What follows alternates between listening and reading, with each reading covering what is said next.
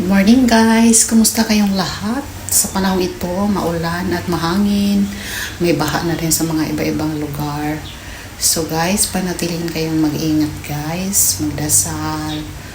So, ngayong umaga guys, gumagawa ako ng aking may inom. Yan o. Celery. Isang tangkay or isang palwa lang ng celery guys. Lagyan ko ng 3/4 ng tubig. Yun yung iniinom ko.